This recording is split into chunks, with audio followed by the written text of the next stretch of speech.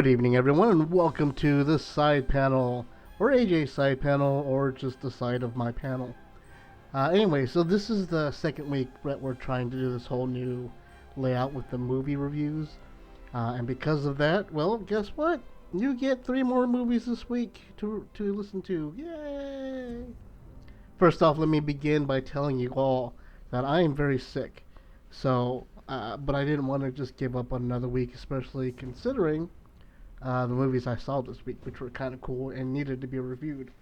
So, without further ado, ignore the sniffing, the sneezing, the coughing, the raspy voice, which I call the voice of sexy, and just stick it out with me. And yeah. So before I start talking to myself into a corner, let's get started. Well, the beginning of the week started out with a really great treat, and that it was well, I don't know if I want to tell you this part. The 25th anniversary, 25th, 93, 35th, 25th, 25th anniversary. Damn, I'm old. Of Batman: Mask of the Phantasm.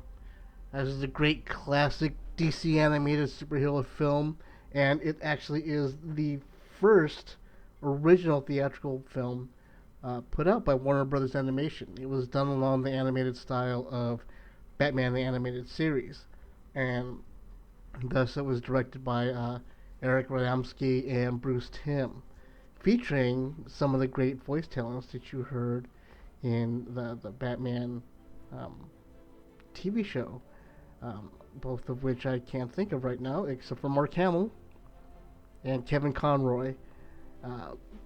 So there you go. Anyway, this film, I remember seeing this film 35 years ago when it came out.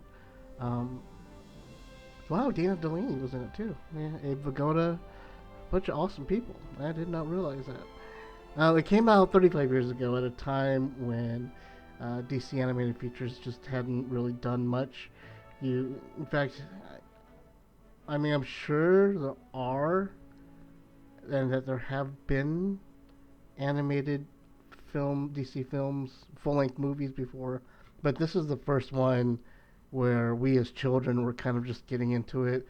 Batman the Animated Series had launched. I remember at this time I was in the Army, and so when the TV series came out, it came out at 4:30 on God, I can't remember what channel. Let's say channel 11, but it was in forward, so I don't know what channel was considered out there. WB, you know. Anyway, so every day when we got lucky with Formation, if Formation was out early enough, we all ran up to my room and watched Batman the Animated Series, and which was awesome, you know, because it was like the first mainstream, other than like Justice League and Super Friends and all that stuff that we as adults were able to get into. So we would all come out of Formation. You gotta imagine, like, we're all, 1920s, but we're Army, military people. We had just spent the day shooting and killing things, and then we had to run home and watch Batman because, that's how we roll. And so we did, and Batman the Animated Series is just a very impactful film, impactful TV series. So when the film came out, for us, our movie theater was literally across the street from the barracks, so we just ran over there and watched it, and we were all just all in awe of this story. And if you haven't had a chance to, please go check it out. You can download it or stream it, buy it at any store. But it is probably one of the first really major, not only adult animated features that we were able to attach to, but also was such a personal story for Batman. Without giving too much away, because I know it's older, but I want you guys to enjoy it if you haven't seen it. There's a new criminal in town, and this criminal is killing mob bosses, and it's Batman's job to figure out who's doing it, and at the same time deal with some unrequited love issues that he'd had from a past girlfriend, while showing probably one of the most painful scenes I've ever seen Batman had to deal with, where he's just kneeling at his parents' grave begging them to be let loose of the promise he made them. It's a really impactful film, and if you haven't had a chance, like I said, man, please go check it out. I was lucky enough to catch up with it in the 25th anniversary release, so it was great seeing it on the big screen again. But what really made this showing special was that the entire audience was filled with guys my age.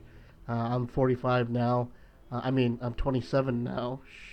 And but seeing other guys, 27-year-olds, in the theater with me, geeking out, talking about the same stuff, all professionals in whatever field that they're in, at this point in their time in their life.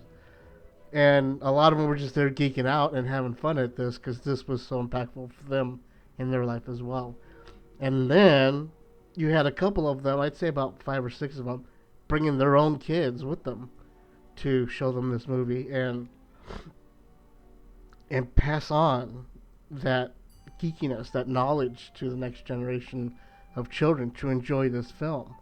That it was just so impactful. It was, I don't know, it was good not only just seeing this movie on the big screen, but then looking around the theater and seeing the audience and the company I was keeping at this time, and it felt really cool, and so I was really grateful to be a part of it, and excited, because I know that coming up next will be the sequel to this, which was Batman Sub-Zero, which was also a very powerful animated film at the time.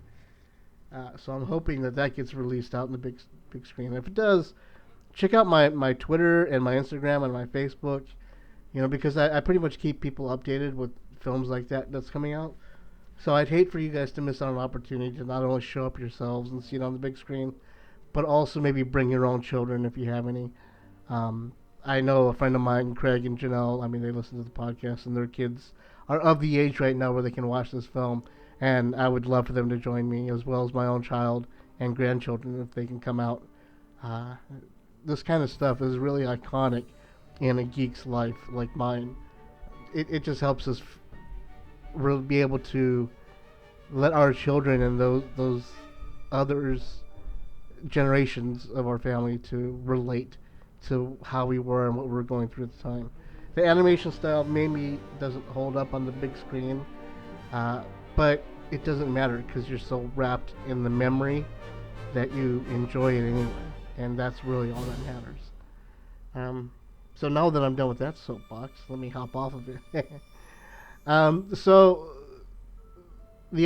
2 other films, and they were new releases that came out this week, and I'll go ahead and give them in the order that I saw them. The first up was Widows. Now, I'm sure some of you may have seen the trailers coming out about it. It was directed by Steve McQueen, who did 12 Years a Slave, and not the Steve McQueen that we know of from Bullet, but, the director. He's popped on the scene recently with a lot of great films and won the Oscar for 12 Years a Slave, which I thought was, a fantastic movie.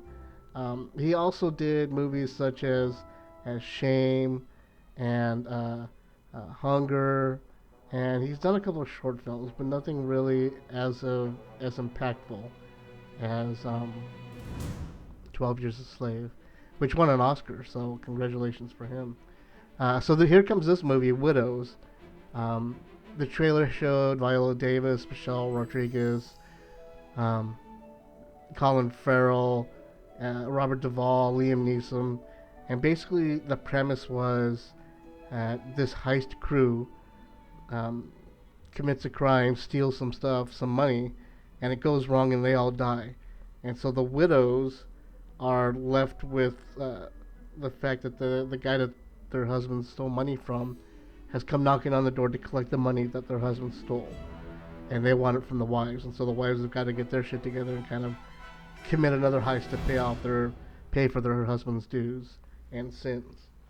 And so that was this film. And I went into this film with full faith that I was going to enjoy it. And I wasn't wrong. It was a great film. It was a great heist film.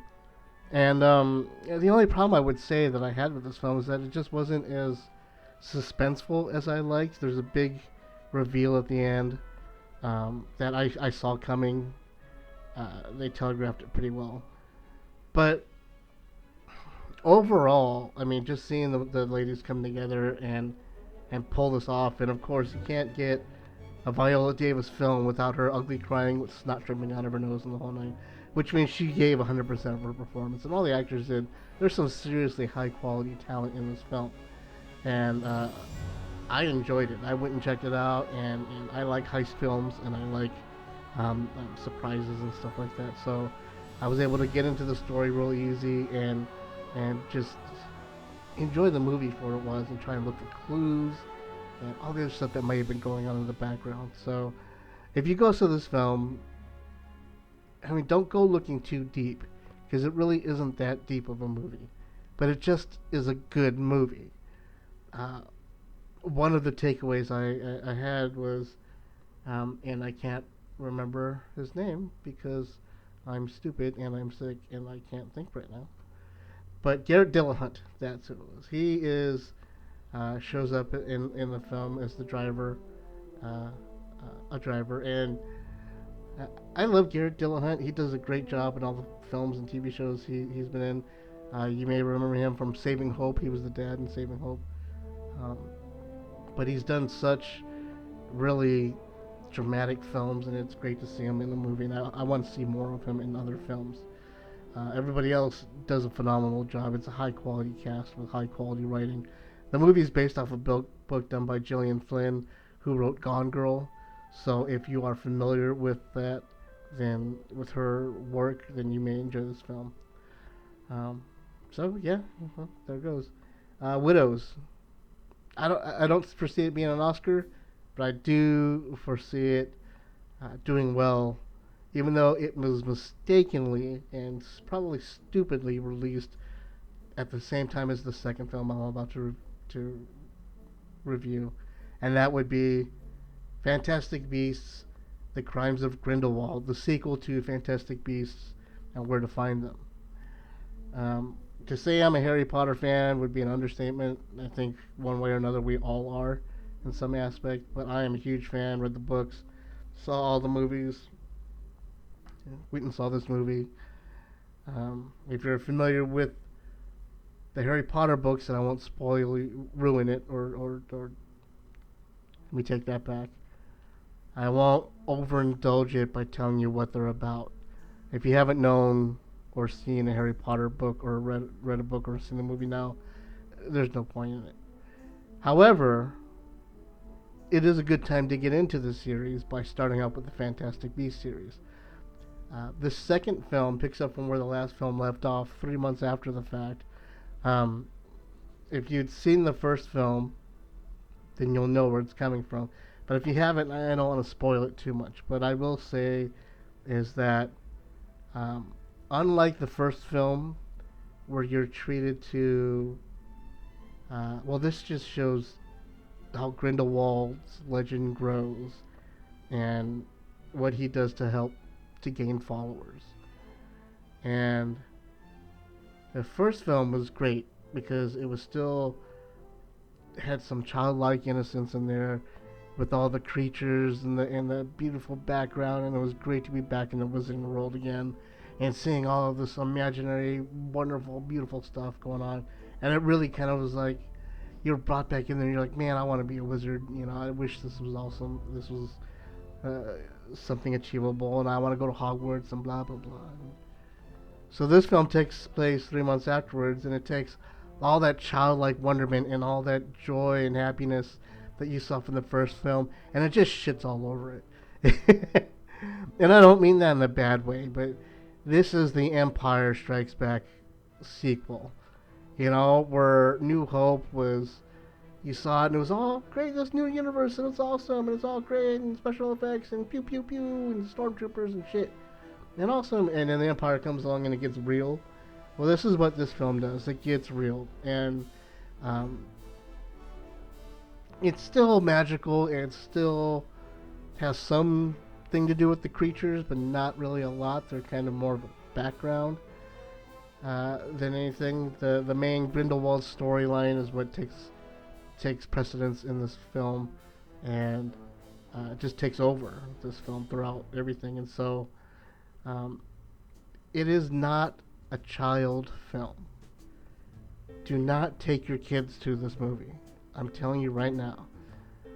And if you yourself have ever, if you know me, you know that I lost my son years ago. Um, if you are also in the same boat, don't go see this movie because there's a lot of dealing with that in this film.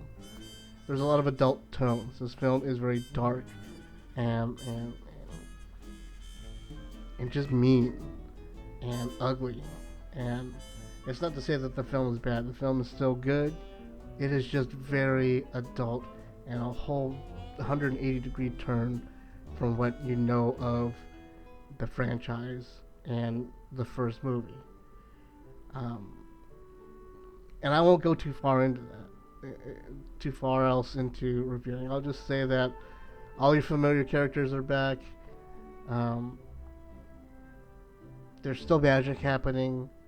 It was a good film, and it is an empire to the first one, in that sequel. And yeah, it's very long. Take a blanket, get some soda, take some friends, and enjoy it. But don't take your kids. So, well, now that I've gone ahead and killed the mood, why don't I just go ahead and wrap up the show. Thanks everybody for tuning in once again. Next week I'll be seeing Creed 2, Wreck-It Ralph Breaks the Internet, and what was the other one I was going to see? I don't remember because I'm sick and I can't think of things. But yeah, thanks again for tuning in, guys, and I'll see you next week with more movies to talk about. Hey, if you see any of the movies that I've seen, if you have any comments or questions, let me know, and I will bring them up in the next show. If you have any movies you want me to see, or want my opinion on anything else, or don't agree with my opinions, again, just shoot me an email, aj@forbiddenpanel.com, or let me know through the Anchor app, or comment on the post on the Forbidden Panel page. Okay? We'll see you guys next week.